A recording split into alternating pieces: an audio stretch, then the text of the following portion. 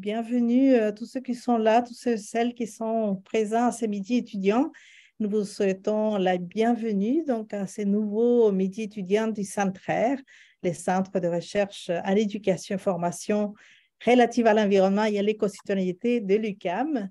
Et aujourd'hui, nous avons le plaisir d'accueillir Oran Bishop, qui est étudiante au doctorat en sciences de l'éducation à l'Institut Agro Montpellier Supagro, alors sous la direction du professeur Jean-Marc Lange, qui est attaché au laboratoire interdisciplinaire des didactiques, éducation et formation de l'Université de Montpellier, et aussi accompagné en codirection par le professeur Pascal Galvani du département de psychologie du travail social de l'Université du Québec à Rimouski, qui est chercheur régulier du Centre-R. Ah, donc, Oran, aujourd'hui, elle va nous présenter en fait son projet doctoral parce qu'elle est en fait dans les étapes initiales. Son projet doctoral, donc, qui focalise sur la formation au sentiment d'appartenance, en fait, d'appartenance à la trame de vie. Hein, donc, sentiment à l'identité écologique, donc inspiré des travaux de Gaston Pinault, de Pascal Galvani, des bachelors, en fait, Dominique Cotreau, sur l'autoformation, l'écoformation, les autobiographies environnementales. Mais je vais laisser Oran le microphone pour qu'il nous en parle davantage sur cette recherche exploratoire et qui va nous exposer aussi comment donc se déploient les perspectives d'information en éducation relative à l'environnement, mais focalisée sur la question de l'identité écologique.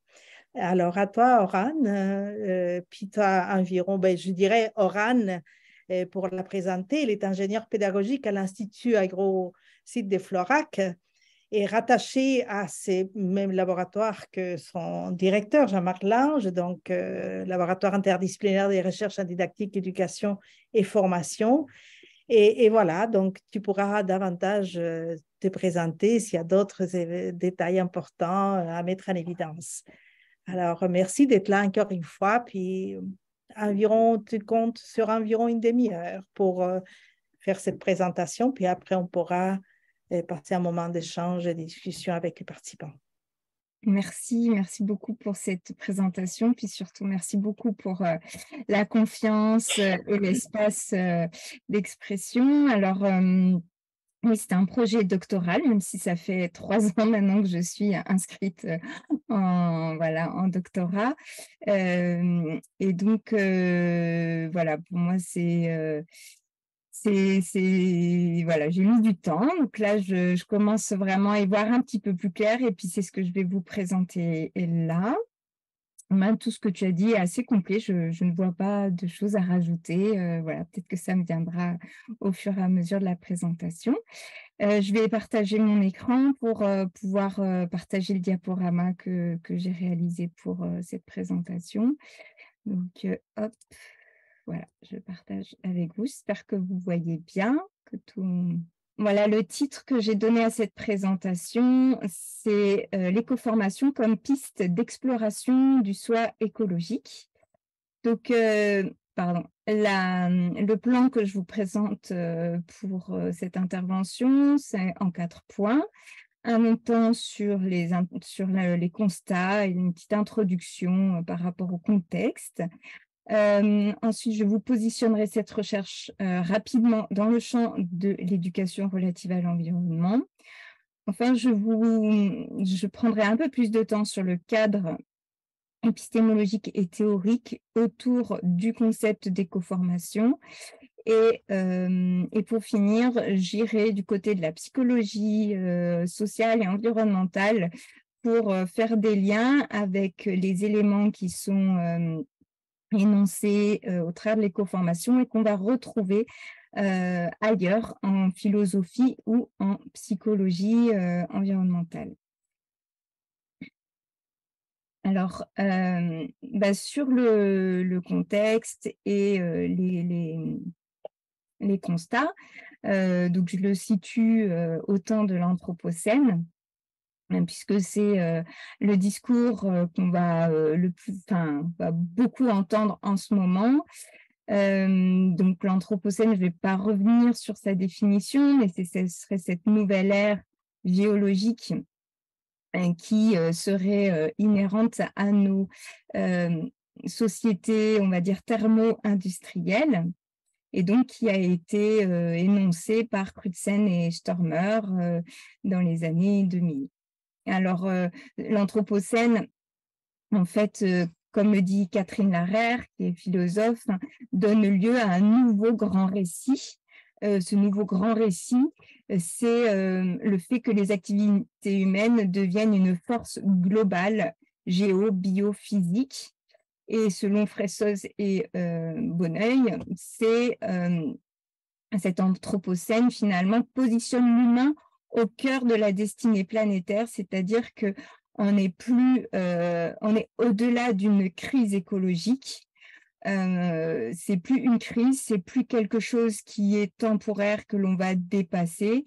C'est un état qui s'installe, qui est irréversible et qui change notre destinée et qui la lie encore plus étroitement, en tout cas dans notre vie, à la destinée planétaire.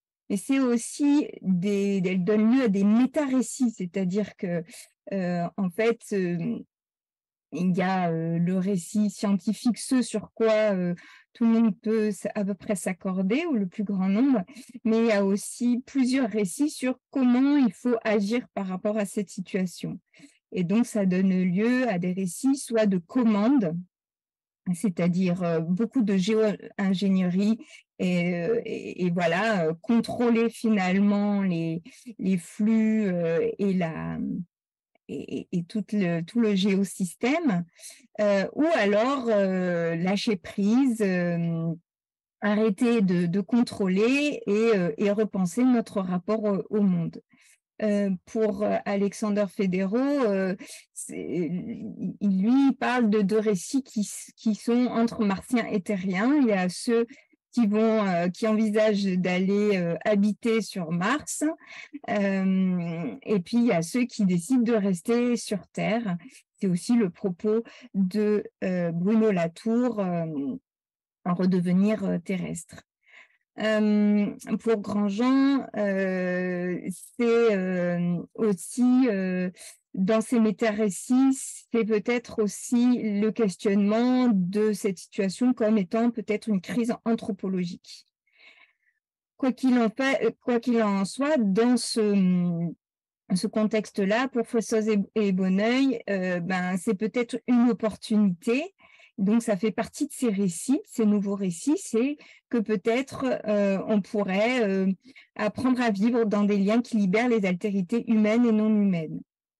Et donc, on pourrait construire de nouveaux récits en se libérant d'imaginaires aliénants qui restent liés à notre système capitaliste actuel. Pardon, voilà.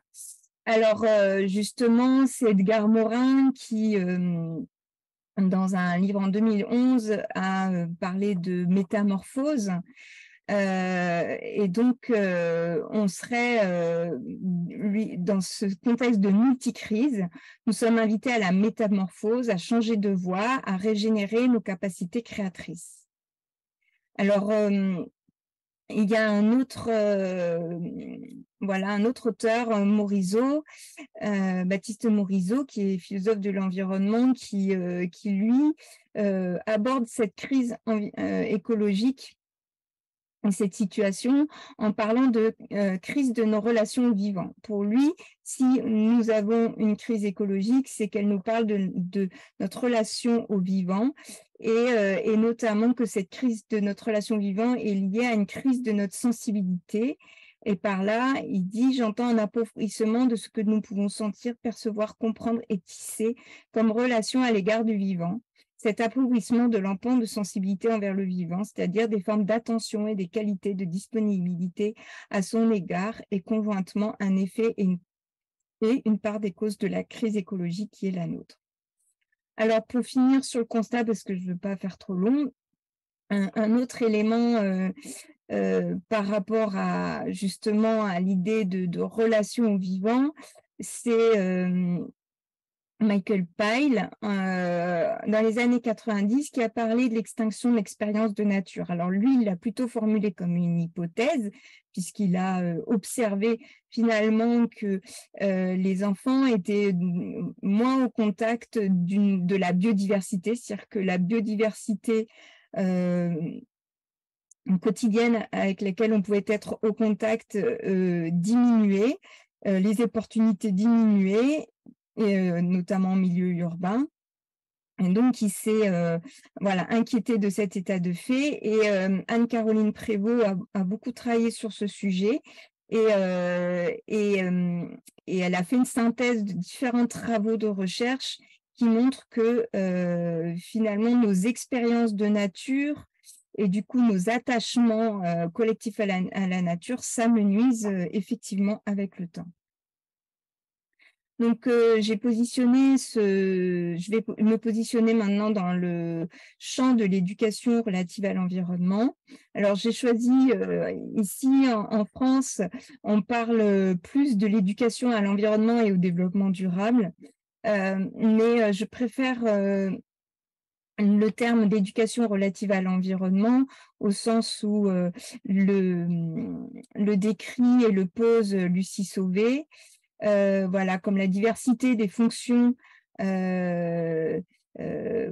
visent à enrichir l'être au monde autour de plusieurs compétences pour contribuer à l'émergence et à la consolidation d'une éco-citoyenneté préoccupée non seulement de vivre ensemble, mais de bien vivre ici ensemble, prenant en compte la dimension écologique de notre monde partagé, un monde situé, contextualisé, incarné.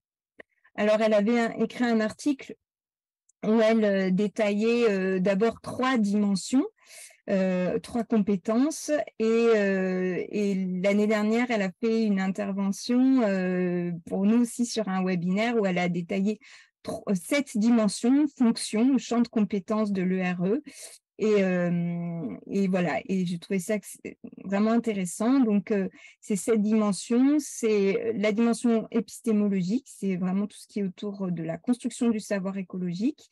Une dimension ontogénique, qui est vraiment le développement d'une appartenance, d'une identité écologique.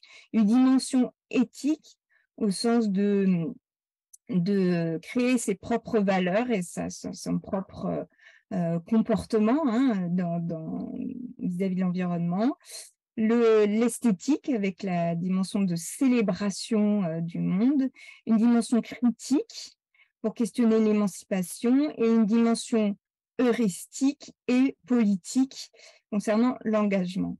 Donc moi, mon travail, il va bien sûr être global, donc il va justement concerner ces 7 dimensions, mais mon entrée avec l'éco-formation va vraiment se situer dans l'ontogénique, le développement d'une identité écologique.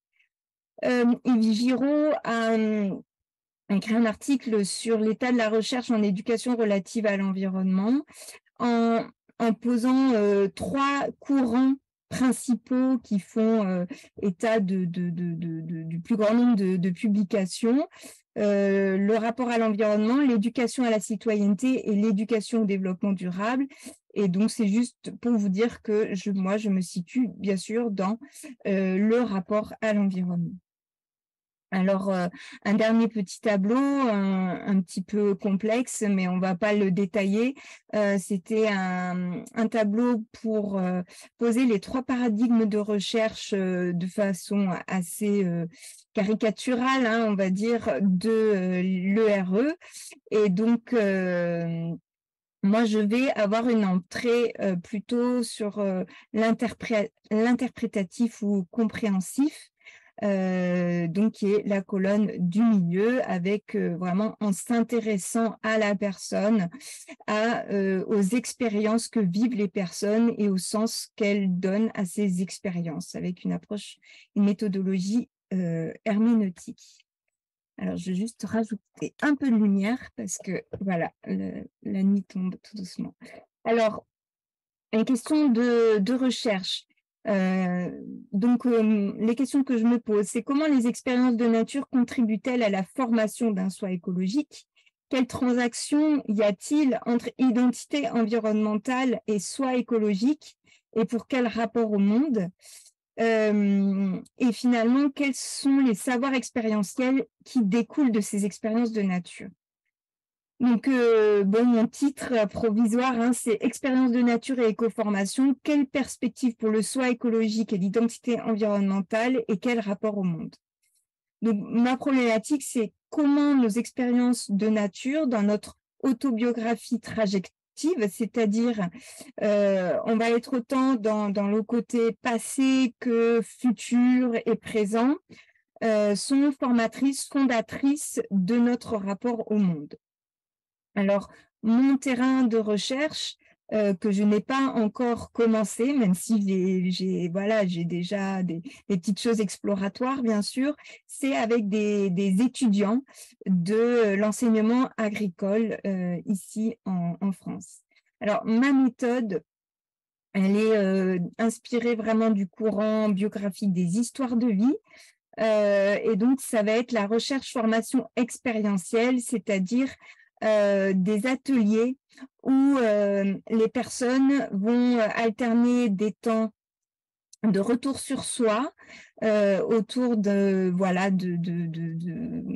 rentrer dans ces expériences de nature, de faire émerger ces expériences de nature, travailler aussi sur son autobiographie environnementale et puis de temps en partage, ce qu'on appelle un groupe de co-chercheurs pour ensemble faire émerger le sens de ces expériences personnelles.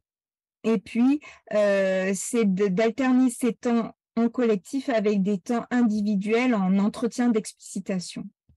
Donc, mon cadre épistémologique dans les grandes lignes, je vais le détailler, c'est une recherche compréhensive, donc qualitative, où je vais utiliser, où je m'inscris vraiment dans la phénoménologie herméneutique, donc rentrer dans la description des expériences et dans le sens qu'en donnent les personnes.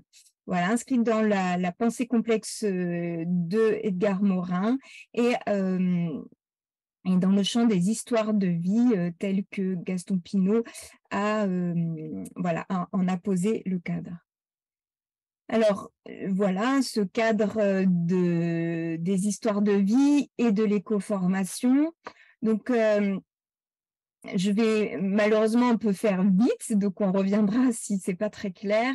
Mais voilà, moi, je m'inscris au cœur des histoires de vie avec la théorie de Gaston Pinault qui a énoncé le fait qu'au cœur des histoires de vie, on pouvait faire émerger une auto-formation émancipatrice.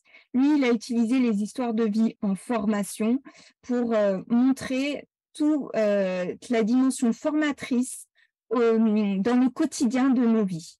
Et donc, lui, il fait une sorte de dialectique entre émancipation, aliénation. Comment le quotidien, dans quel moment on peut s'émanciper et à quel moment on reste comme aliéné par ce quotidien, en le subissant. Donc, lui, il a réfléchi à cet apprentissage expérientiel quotidien qui émerge des histoires de vie et donc de cette capacité d'auto-formation émancipatrice qui est en chacun de nous.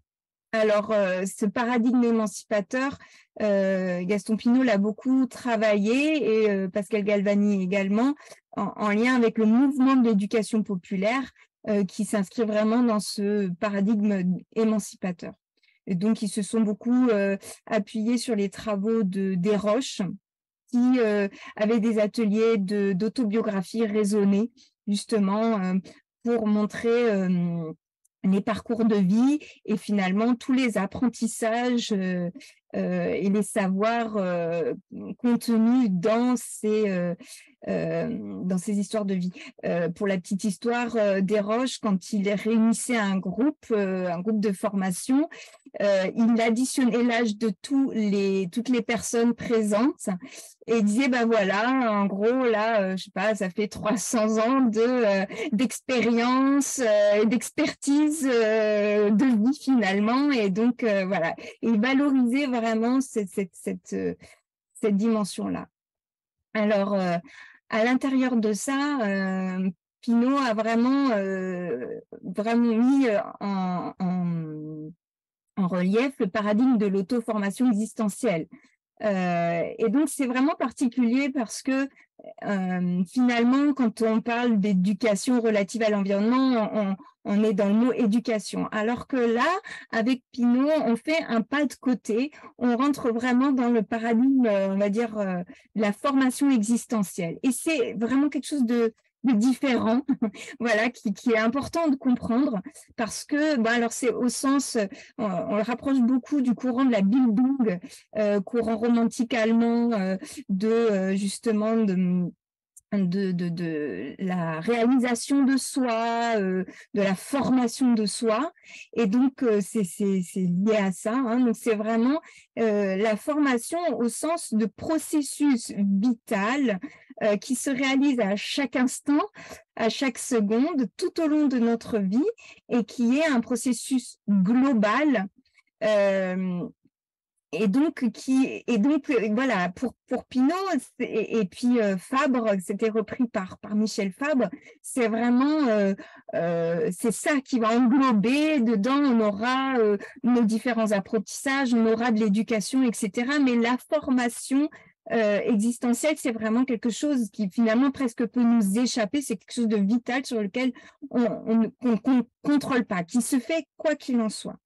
Et là-dedans, dans ce paradigme de la formation, lui, il parle du biocognitif, c'est-à-dire que en fait, cette formation, elle se fait parce que c'est à la fois du vécu, voilà, hein, biologique, physique, sensoriel, sensible, et c'est aussi notre corps, hein, la cognition, mais c'est vraiment ce retour réflexif finalement sur le vécu. Et donc, pour Gaston Pinault, c'est la formation vitale vécue dans son processus biocognitif qu'il veut mettre en avant et qui est souvent une grande oubliée, une dimension oubliée de nos apprentissages finalement. Et donc, pour lui, l'auto-formation qui est cette dimension de soi, hein, cette sorte de, on va dire, de mystère intérieur qui fait que on va voilà, digérer, remobiliser nos vécus, aller choisir telle et telle chose, être attiré par telle et telle chose. Cette auto-formation, et donc qui a distingué de l'autodidaxie, parce que souvent c'est confondu avec l'auto-formation. On voit le petit local là de langue, qu'on avait beaucoup ça, nous, en France, voilà, où on va prendre ses cours d'anglais, on a voilà, son petit casque, ses cassettes, etc. Mais ça, c'est de l'autodidaxie, c'est pas de l'auto-formation. Mais souvent, on confond les deux.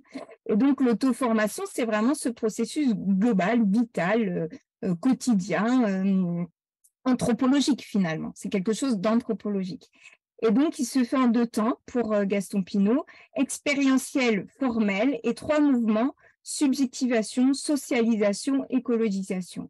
Donc, quand il parle de ça, il veut justement repréciser qu'il y a l'idée du vécu, de l'expérience, et pour que ça devienne un savoir, pour que ça devienne quelque chose que l'on puisse partager socialement, on va le formaliser par la parole, par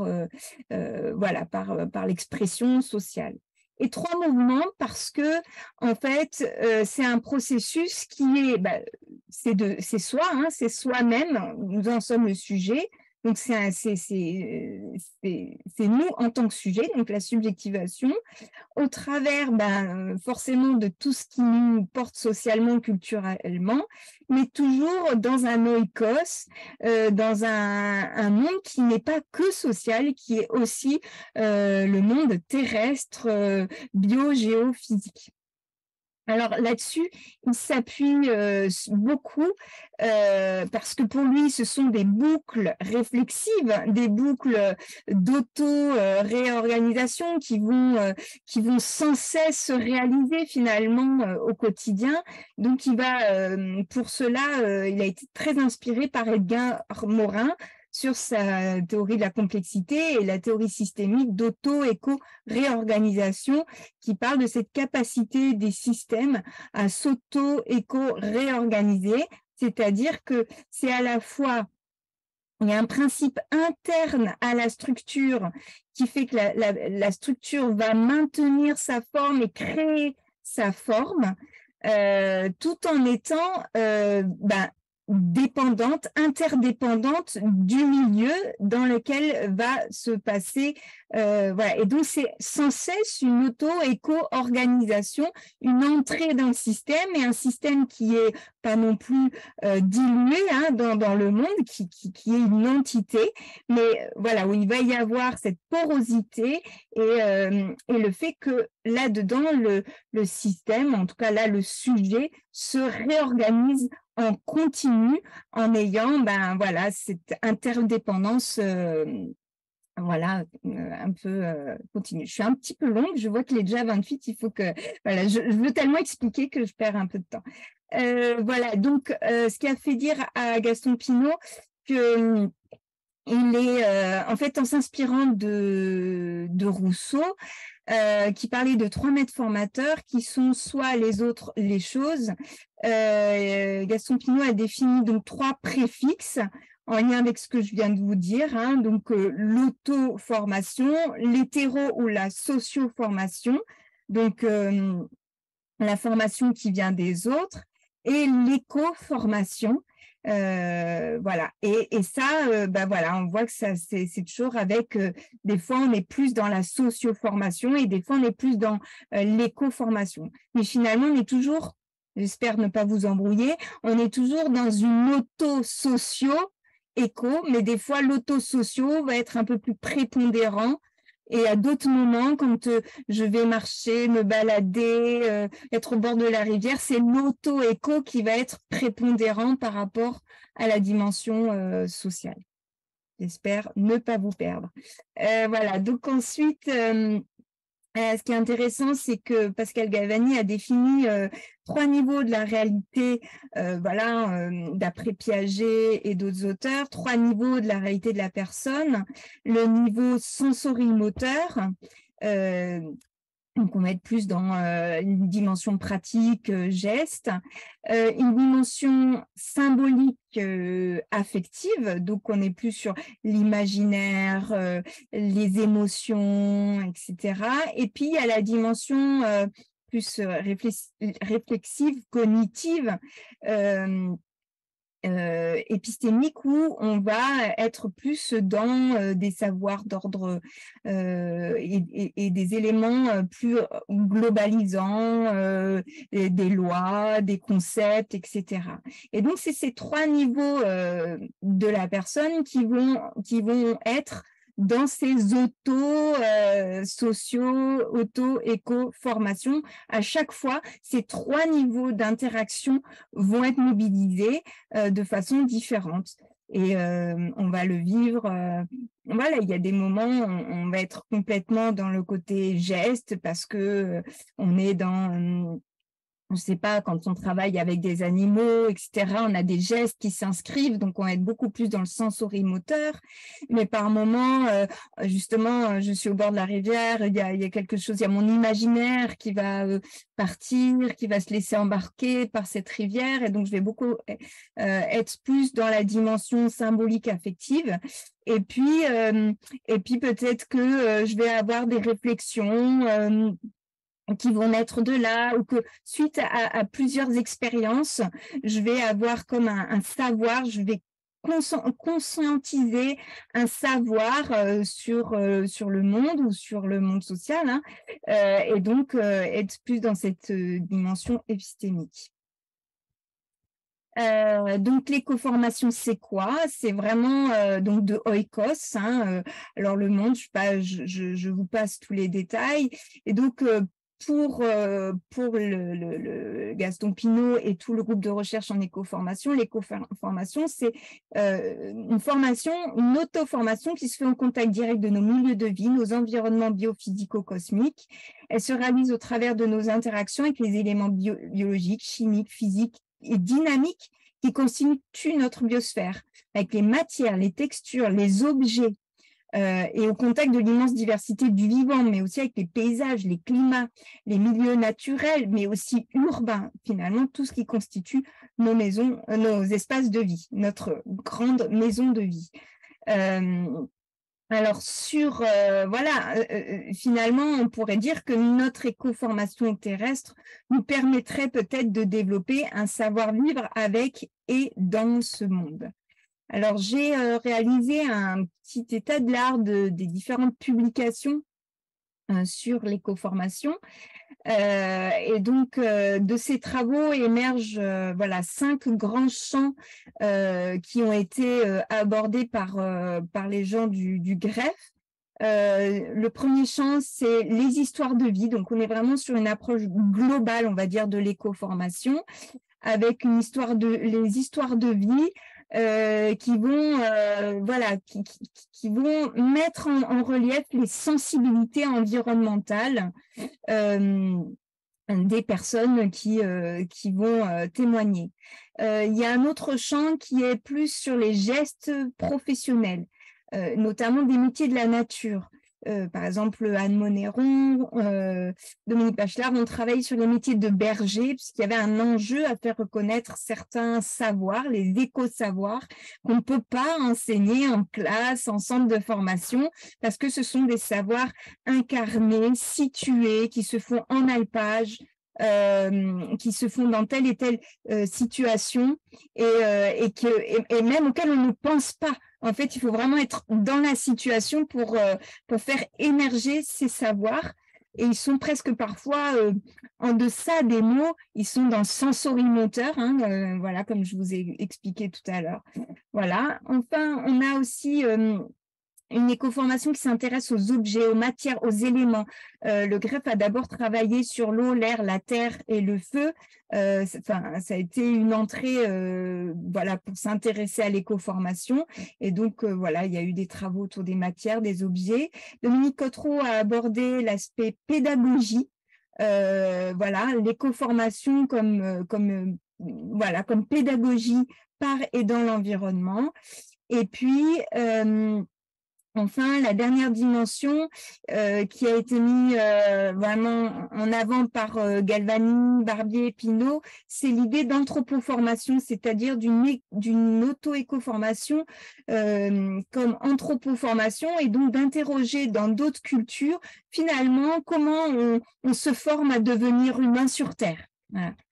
Donc, très rapidement, moi, ce que je rejoins un peu les 7 dimensions, en tout cas, je les réinterroge, les 7 dimensions que je vous ai présentées, que Lucie Sauvé décline comme les 7 dimensions de l'ERE. Il se trouve que moi, en regardant sur l'éco-formation, il y a une dimension épistémologique, elle s'inscrit dans l'éco-formation est une humanité écologique environnementale. C'est une méthode de recherche qui permet, de produire des savoirs scientifiques. Mais c'est une méthode de recherche d'une écologie à la première personne. Et puis, elle va nous permettre de mettre en valeur des savoirs habités, des savoirs cohabités.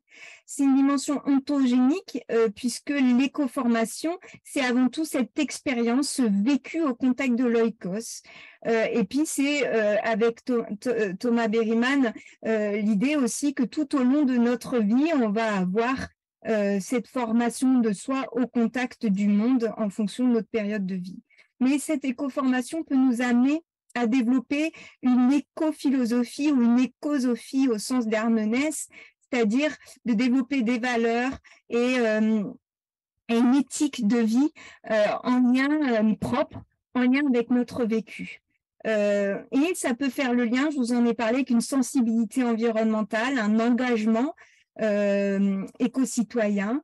Voilà, il y a des dimensions esthétiques et puis aussi heuristiques, c'est-à-dire en quoi l'éco-formation, elle peut nous aider à donner du sens, à inventer, à créer notre vie.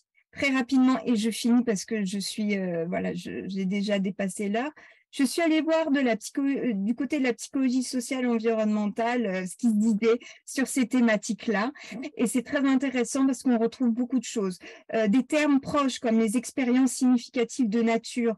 Louise Cholac a beaucoup travaillé voilà, sur les enfants et les enfants, puis sur des personnes engagées au niveau environnemental, à travailler sur les dimensions biographiques et sur les expériences significatives de nature, qui revient vraiment à ce que nous, on aborde au travers des ateliers d'autobiographie environnementale et des moments fondateurs, les Kairos, développés par Pascal Galvani. Voilà, Louise Chola parle même des expériences formatrices, donc on est complètement dans notre sujet. Et donc, elle fait vraiment le lien parce que c'est les travaux, voilà, hein, c'est des travaux en ERE et donc c'est vraiment lié aussi à des attentions, des éthiques et des comportements pro-environnementaux. La socioformation est mise en avant dans le fait de s'intéresser, d'avoir un comportement pro-environnemental. La socialisation est importante. Mais ils se sont rendus compte que les expériences les plus fréquemment citées sont associées à des jeux d'enfance en pleine nature.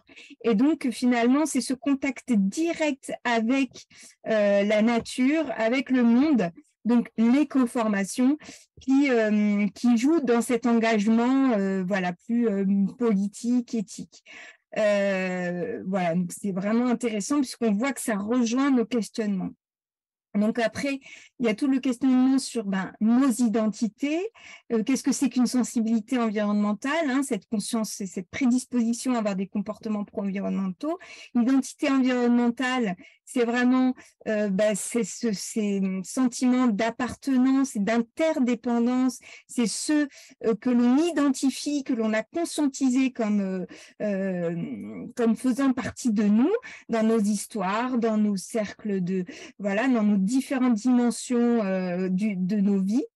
Et donc, il y a cette idée que l'identité environnementale, elle va avoir coupler l'identité sociale, on va dire que la socioformation et l'éco-formation,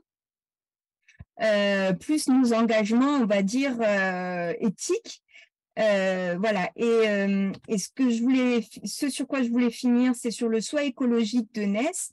Donc, le soi écologique, c'est cette dimension de soi qui s'élargit au reste du monde finalement, et donc qui ne s'arrête pas qu'au monde social, mais qui finalement met son appartenance, son affiliation aussi aux autres non-humains.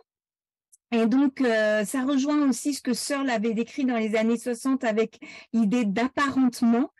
Et donc, ce qui est intéressant, qui m'intéresse là-dedans, c'est que le soi écologique serait quelque chose de plutôt dynamique, qui serait constitutif de notre identité, mais qui a moins cette chose figée de l'identité, mais qui est, on pourrait dire, cette dimension dynamique de l'identité. Et donc, moi, ce qui m'intéresse d'aller voir, c'est les expériences de nature, donc d'aller explorer les expériences de nature, en quoi elles nourrissent, qu'est-ce qui se passe au niveau du soi écologique et comment ça va dialoguer avec nos identités écologiques, voilà, et pour quel rapport au monde. Et j'arrête là. Je suis désolée, c'était très long. Merci de votre attention. J'espère n'avoir pas été trop confuse. Merci beaucoup pour cette présentation qui n'était pas trop longue, en fait, qui nous ouvre l'appétit pour aller plus loin, sans doute. On aurait aimé t'entendre bien plus longuement, mais je pense que tu as bien mis la table pour pouvoir échanger sur ces sujets. Puis, ben, j'aimerais inviter les participants participantes à commenter ou à poser des questions s'il y a lieu. Donc, allez-y. Vous pouvez aussi les écrire dans le clavardage si vous le souhaitez mieux. En fait, moi, j'en aurais une question, tout à fait. En réalité, j'ai pas compris, j'ai tout compris qu'est-ce qui était la question du sujet aujourd'hui parce que c'est un sujet qui m'intéresse vraiment beaucoup, que je travaille dessus depuis plus de 5 ans. Mais je me demandais, le but de... C'est une thèse que tu es en train de construire, c'est Oui, ça? oui, c'est ça. Puis l'élément de recherche en soi, c'est ça que j'ai pas réussi à Oui. capter dans la présentation. Oui. Je suis allée un petit peu vite, j'avoue. Donc, c'est vraiment... Il y avait beaucoup de descriptifs, là, ouais. ça, il y a des termes qui étaient comme pas connus à mon niveau, sauf que j'ai quand même pas perçu c'était quoi l'élément de recherche central dans tout ça. L'élément J'aimerais ça. ouais, de recherche centrale, c'est vraiment les expériences de nature, finalement. Donc, c'est de travailler avec les personnes sur les expériences de nature.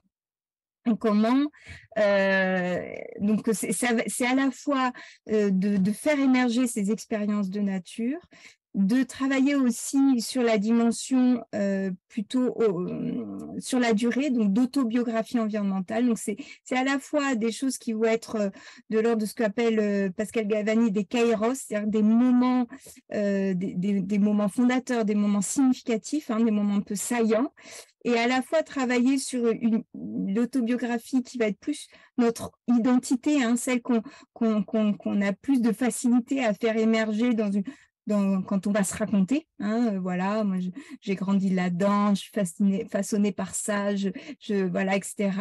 Et donc de mettre en dialogue cette autobiographie environnementale avec ces expériences, ces kairos, et voir finalement ce qu'ils disent de nous dans notre finalement dans ce rapport au monde, qu'est-ce qui émerge finalement, qu'est-ce qu'on en garde, quel savoir on en tire, quel savoir d'expérience, qu'est-ce que ça nous dit sur nous-mêmes, sur les autres, sur le monde.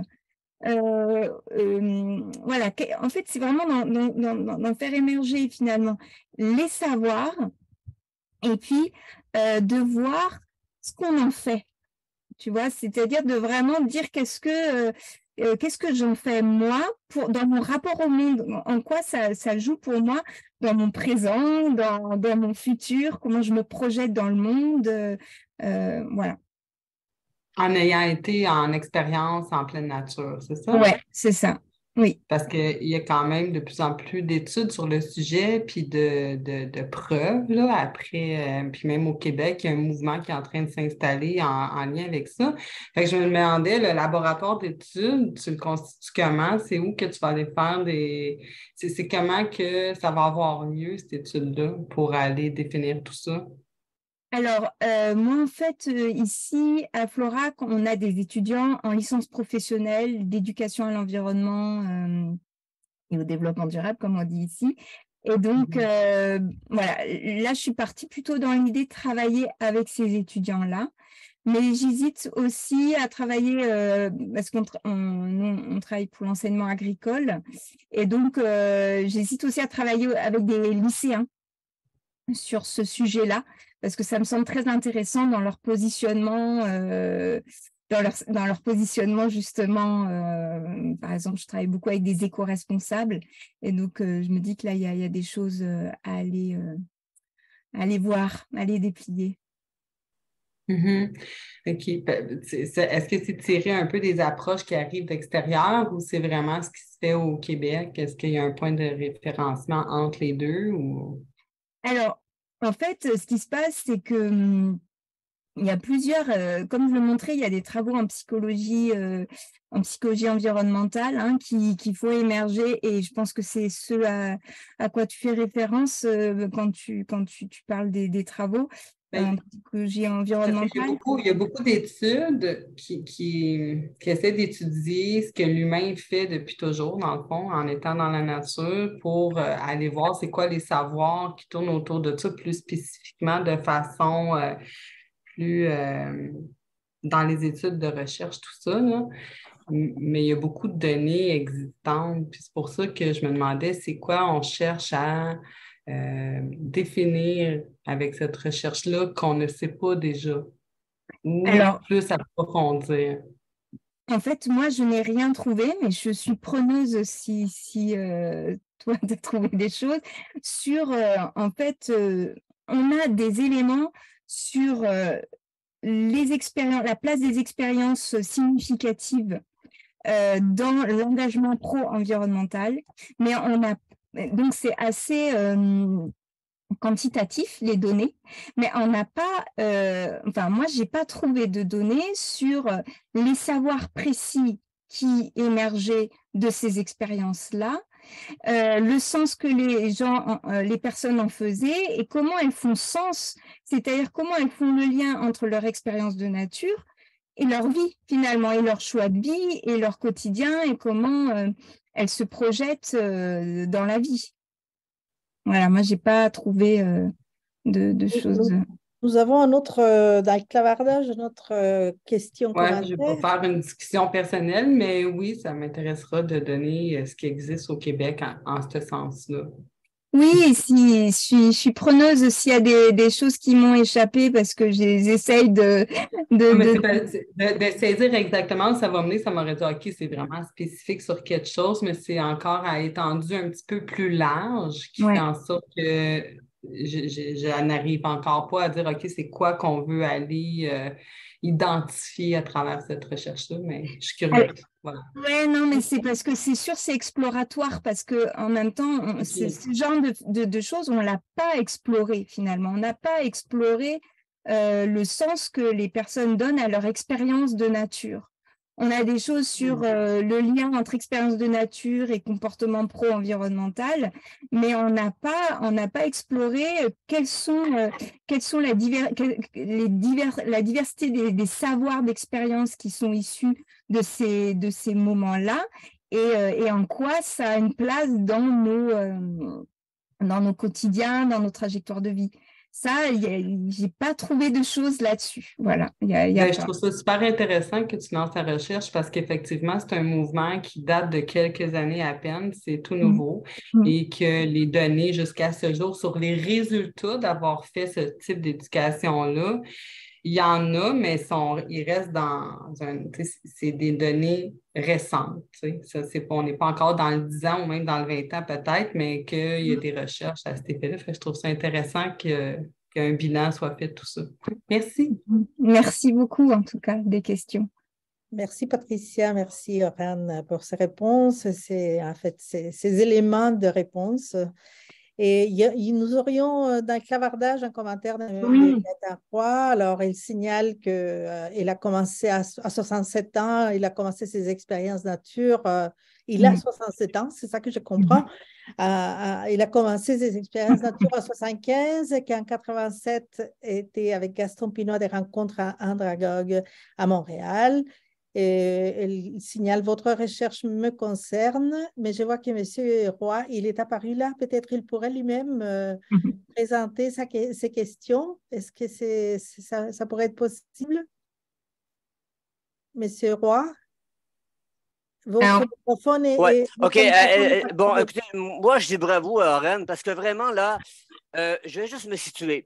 Donc, je connais Gaston depuis 1986 parce que je le publiais dans les années 80-90, la revue Élan formateur de l'Association des andragogues du Québec.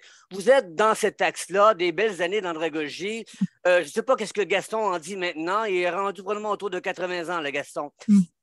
Regardez bien, moi, Éric Ferland du projet Écosphère, qui est bien connu à Montréal, qui est un ami de Laure Varidel, me demandait, Gaétan, explique-moi donc pourquoi tu peux te définir comme écologiste. Maudite bonne question. J'ai commencé derrière le cégep de Thetford Mines en 1975 à faire des sentiers écologiques parce que les filles étaient belles et parce qu'on était bien payés. Mais je ne me définissais pas à l'époque comme écologiste, on n'avait même pas le mot. Et un peu plus tard, bon, j'ai participé à différents projets depuis 1975 dans le domaine de l'environnement. Qu'est-ce qui fait qu'en 2023, je suis encore ici? À un moment donné, je ne le sais plus, là. à quelque part, j'étais la semaine passée à une conférence avec Laure Varidel et on s'interrogeait sur les stades qui font qu'on peut amener un enfant à se dire écologiste à 18 ans. Ben, peut-être qu'au départ, à 8 ans, en fait, on disait qu'il doit avoir de l'émerveillement. Bon, et plus tard, il passe par d'autres stades. Moi, c'est pareil. J'ai déjà commenté le livre de Hugo Séguin que j'ai lu en conférence. J'ai envoyé à Hugo mon point de vue à moi. Maintenant, à quoi ça peut servir? Ça peut servir à se demander pourquoi moi, je suis encore intéressé à 66 ans, 67 ans, à ce problème-là, alors qu'à un moment donné, il y a tellement d'autres problèmes sur la Terre. Et pourquoi moi et pourquoi pas les autres? Dans Aldous Huxley parle d'un genre de créneau dans le cerveau de longueur d'onde. Notre cerveau est comme un appareil radio qui capte des ondes. Diane Dufresne le chantait également. C'est parce que Luc, son auteur, je pense que c'est Luc Plamondon, l'avait écrit « Je capte des ondes ». Votre publication est très fondamentale. Elle peut peut-être permettre à une minorité de vieux de mon âge d'essayer de comprendre pourquoi on est encore ici, qu'est-ce qu'on fait, puis maintenant, qu'est-ce qu'on doit faire avec les neveux et nièces. Je suis en contact à chaque semaine avec un petit bonhomme à Canton, en Chine. J'aborde des sujets avec lui et lui-même, il est un peu sensible à ces questions-là. Il habite dans un condo en Chine et je dois l'animer, moi, en éducation relative à l'environnement ou en francisation une fois par semaine. Je ne sais pas toujours quoi dire par rapport à ça, mais je sais une chose, c'est que je présume que autant moi qui ai grandi en campagne, en Beauce, dans le bois, j'aimerais pouvoir permettre à des enfants d'aujourd'hui de sortir.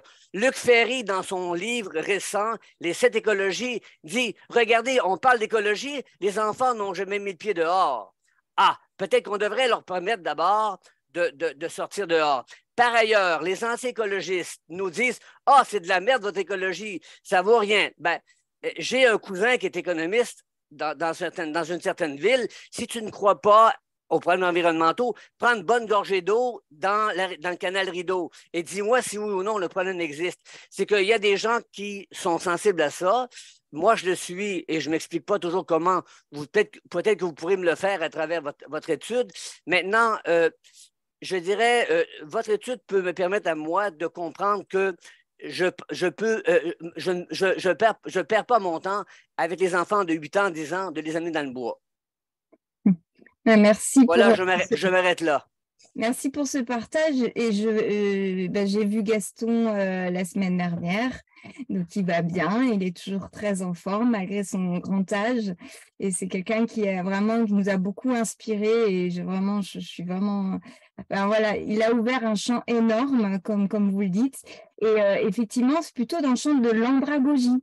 Et moi, l'idée, c'est que, parce que la formation expérientielle, jusqu'ici, c'était plutôt pour les adultes. Voilà. Et donc, comment justement on valorise cette formation expérientielle, ces apprentissages informels, moi je dis qu'ils sont interstitiels, buissonniers, qui peuvent se faire parfois là où on ne peut même pas s'y attendre. C'est-à-dire que oui, bien sûr, sortons, allons dehors, mais surtout laissons faire. Laissons faire, sortons de la maîtrise éducative, de la maîtrise didactique pour laisser la rencontre se faire entre la personne et le monde pour qu'elle y vive sa propre expérience.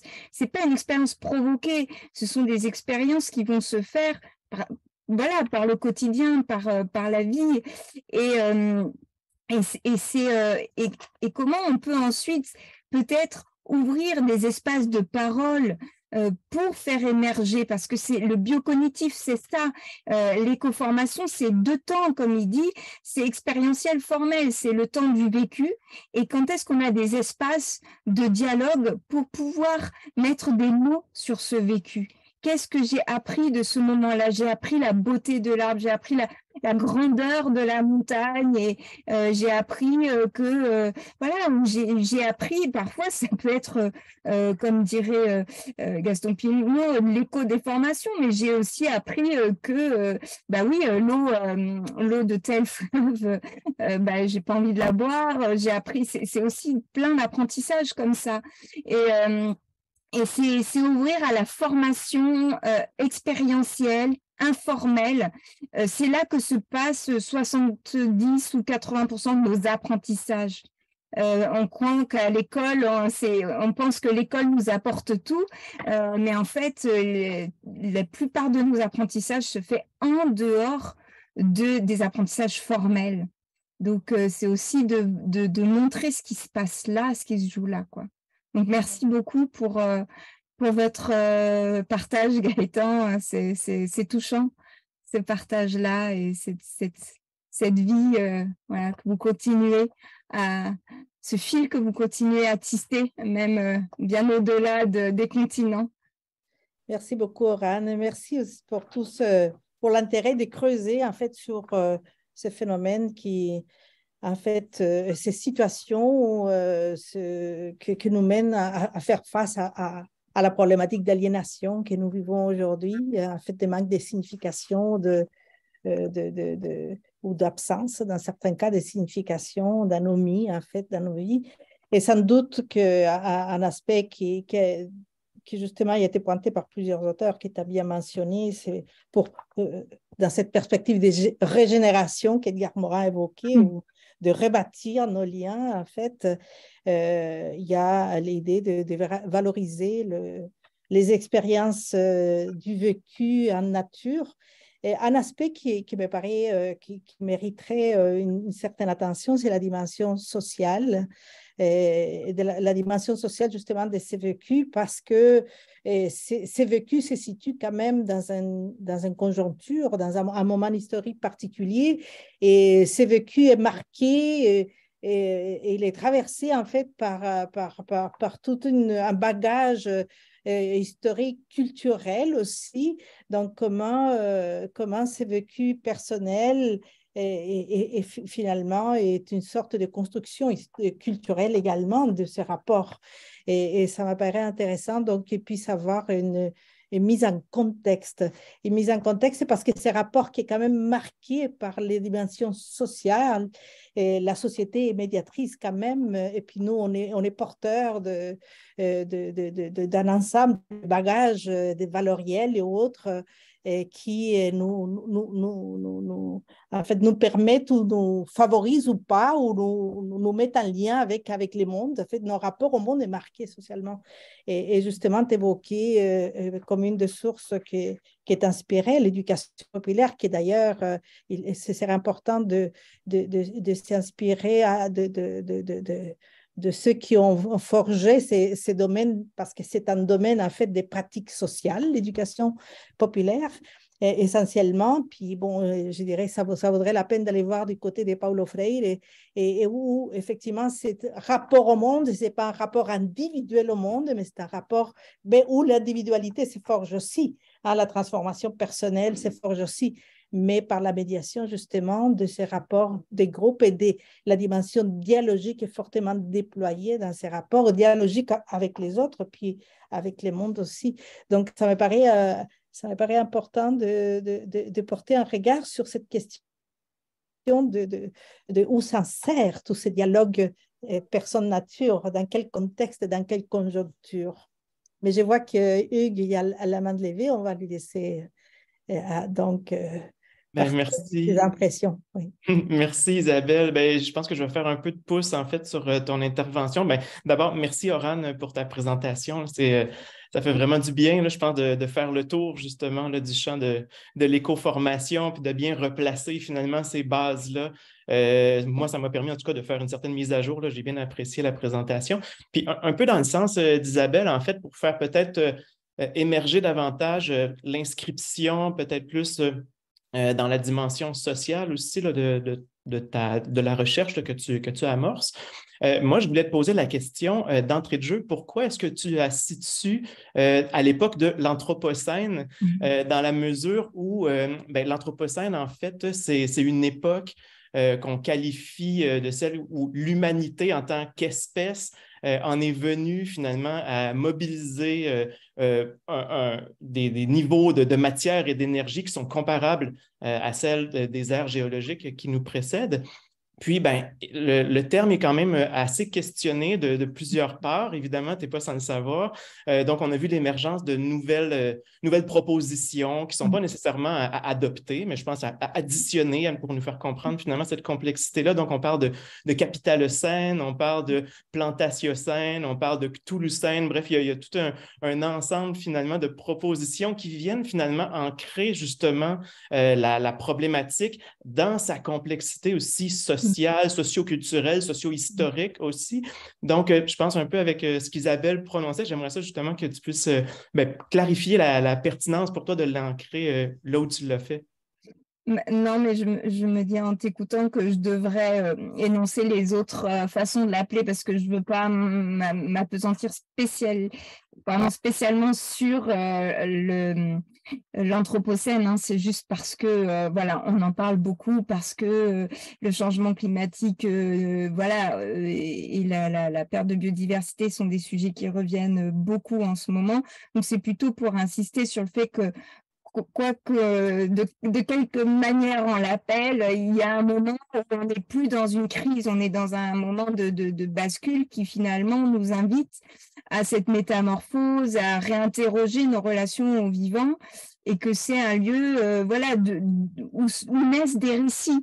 Et quels récits on veut, justement, quels sont les récits que nous souhaitons écrire, quels sont les choix qu'on va faire. Je n'en décide pas, mais inscrit dans le champ de l'éducation relative à l'environnement, bien sûr que nous, notre récit, il est celui des terrestres, voilà, de la tour et de ce que Fédéraud dit. On n'est pas dans les martiens, on est plutôt dans les terrestres. Et donc, comment on réinvente cette façon de vivre? Et c'est pour ça que pour moi, c'est pas juste d'aller voir dans le passé les expériences du passé, c'est juste pour voir qu'est-ce que ça a fait dans nos vies, c'est comment ça continue de nous nourrir au quotidien, comment cette éco-formation qu'on a vécue, qu'est-ce qu'elle nous fait aujourd'hui, comment je vais me ressourcer, comment vous faites, vous, dans ces temps difficiles, dans ces situations, dans ce contexte, sur la base de vos expériences de nature et de votre éco-formation, pour vous ressourcer, pour vous projeter, pour vivre dans ce quotidien. Et voilà, et en quoi l'éco-formation est une ressource aujourd'hui. Voilà. Et qu'est-ce qu'elle dit voilà, notre soi écologique là aujourd'hui, qu'est-ce qui vit? Par exemple, une des caractéristiques, j'ai envie de dire, du soi écologique tel il peut être bouleversé aujourd'hui pour un certain nombre de personnes, c'est les éco-émotions ou éco-anxiété par rapport à ce constat voilà, de grande crise écologique et sociale, hein. Et du coup, notre soi écologique, il est, on va dire, voilà, il est touché, il est affecté, et il y a ces éco-émotions voilà, qui ont été beaucoup comment dire, déployées par Glenn Albrecht, etc. Mais voilà. Et merci beaucoup, Oran, pour ces éléments de réponse, et ces réflexions, en fin de compte, sachant aussi qu'il était dans les étapes préliminaires, même si 3 ans, ça peut paraître beaucoup, ça peut être représenté bien une étape préliminaire de réflexion, d'appropriation d'un sujet, puis d'exploration d'un champ théorique pour mieux saisir, cerner, puis clarifier, préciser en fait les questions de recherche. Et puis, bon, les questions que Patricia posait nous amènent aussi à bien se questionner ou à bien réfléchir sur le terrain et comment on compte opérationnaliser finalement ces intérêts de recherche. Je pense que c'est tout à fait été rendu à peu près là, je dirais, à y penser, où le terrain d'exploration, il va se situer où. En tout cas, merci beaucoup pour ce partage qui nous mène sur ces questions qui sont si cruciales aujourd'hui. C'est comment rebâtir nos liens au monde, et puis comment en fait se reconstruire en tant qu'humain aussi au sein de la trame de la vie même, quoi, en tant qu'être vivant parmi les vivants. Puis en fait, et ça nous mène sans doute à nous poser des questions sur le modèle de société que nous vivons et puis qui modèle, ces modèles, qui modèlent en fait nos agirs aussi. Alors, merci. S'il n'y a pas d'autres questions, je ne sais pas s'il y aurait d'autres commentaires ou questions sur les sujets. En tout cas, ça ouvre beaucoup de portes, sans doute, pour aller plus loin. Beaucoup d'intérêt. Merci beaucoup au nom du Centraire à chacune, chacun vous avez participé, ceux qui sont loin, ceux qui sont proches. Ça nous fait vraiment bien plaisir de vous accueillir dans nos activités. Puis, vous savez, notre programmation scientifique se poursuit. Puis, nous avons le 30 mars un prochain midi étudiant avec Maud Normandin-Melfeuille, qui est candidate à la maîtrise en sciences de l'environnement de l'UQAM, et qui va nous amener dans l'univers de la gestion des matières résiduelles dans les communautés nordiques du Québec, plus spécifiquement le cas de la localité des Radisson. Donc, vous êtes cordialement invités, donc le 30 mars à midi, notre prochaine midi étudiant, mais en fait, la programmation scientifique offre à travers le temps une diversité d'activités qui, certaines sont déjà prévues, d'autres qui vont s'ajouter. Donc, on vous invite à être attentif à ce que nous affichons dans notre site web et puis Facebook aussi du Centraire. Merci encore une fois. Merci beaucoup, Oran, pour cette présentation, ces moments vraiment stimulants. Puis merci, Hugues, d'avoir été, comme toujours, là à nous épauler avec ces activités-là.